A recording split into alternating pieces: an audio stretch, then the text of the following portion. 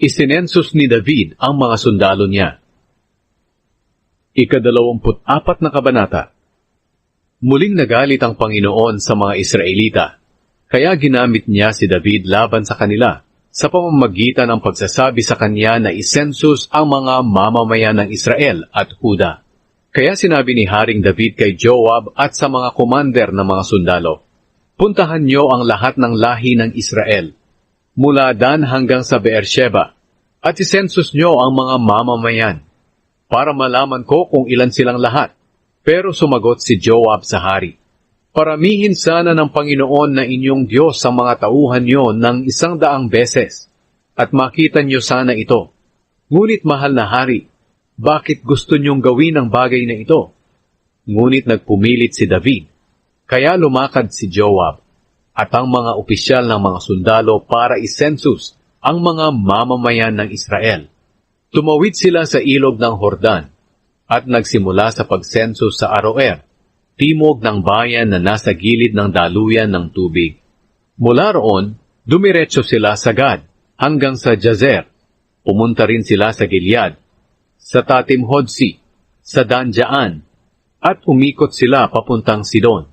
Pagkatapos pumunta sila sa napapadirang lungsod ng Tyre, at sa lahat ng bayan ng mga Hiveo at Kananeo, at sa kahuli-hulihan, nagpunta sila sa Beersheba, sa timog ng Huda.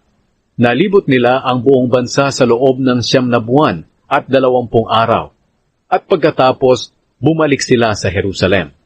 Sinabi niya kay Haring David ang bilang ng mga lalaki na may kakayahang makipaglaban, 800,000 sa Israel at 500,000 sa Huda. Nakonsensya si David, matapos niyang ipasensus ang mga tao. Kaya sinabi niya sa Panginoon, nagkasala po ako dahil sa ginawa ko, kaya nakikiusap ako sa inyo, Panginoon, na patawarin niyo ako na inyong lingkod sa kasalanan ko. Dahil isa pong kahangalan ang ginawa ko. Hindi pa nakakabangon si David kinaumagahan nang sabihin ng Panginoon kay Gad na propeta ni David, pumunta ka kay David, at papiliin mo siya kung alin sa 3 parusa ang gusto niyang gawin ko sa kanya. Kaya pumunta si Gad at sinabi, alin po sa 3 ito ang pipiliin niyo? 3 taon na taggutom sa bansa niyo? 3 buwan na tumatakas kayo sa mga kalaban niyo habang hinahabol nila kayo?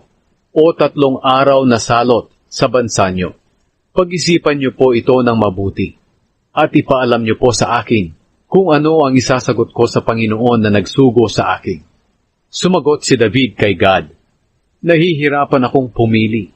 Mas mabuti pang ang kamay ng Panginoon ang magparusa sa amin, kaysa ang mga tao, dahil maawain ng Panginoon. Kaya nagpadala ang Panginoon ng matinding salot sa Israel mula noong umagang iyon hanggang sa itinakda niyang panahon.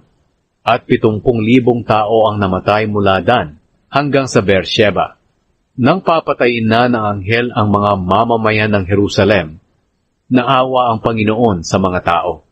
Kaya sinabi niya sa anghel na nagpaparusa sa mga tao, tama na, huwag na silang parusahan. Nang oras na iyon, nakatayo ang anghel ng Panginoon sa may giikan ni Arauna na Jebuseo. Gumawa ng altar si David. Nang makita ni David ang anghel na pumapatay ng mga tao, sinabi niya sa Panginoon, ako po ang may kasalanan. Ang mga taong ito'y gaya ng mga tupa na walang nagawang kasalanan. Ako na lang po at ang sambahayan ko ang parusahan ninyo. Nang araw na iyon, nagpunta si Gad kay David at sinabi sa kanya, umakyat kayo sa giikan ni Arauna na Jebuseo, at gumawa kayo roon ng altar para sa Panginoon. Kaya umakyat si David gaya ng iniutos ng Panginoon kay Gad. Nang makita ni Arauna na paparating si David at ang mga tauhan nito, lumabas siya at lumuhod sa harapan ni David bilang paggalang sa kanya. Sinabi ni Arauna, mahal na hari, bakit po kayo nandito? Sumagot si David, pumunta ako rito para bilhin ang giikan mo, dahil gagawa ako ng altar para sa Panginoon upang matigil na ang salot. Sinabi ni Arauna, kunin niyo na lang po at ihandog sa Panginoon ang anumang gustuhin niyo, mahal na hari. Narito ang mga baka para ialay niyo bilang handog na sinusunog. Narito rin po ang mga pamatok, pati ang mga tabla na ginagamit sa paggiik, at gawin niyong panggatong. Mahal na hari, ibibigay ko po itong lahat sa inyo, at tanggapin sana ng Panginoon na inyong Diyos ang handog ninyo. Pero sumagot si David, hindi ko ito tatanggapin ng libre. Babayaran kita.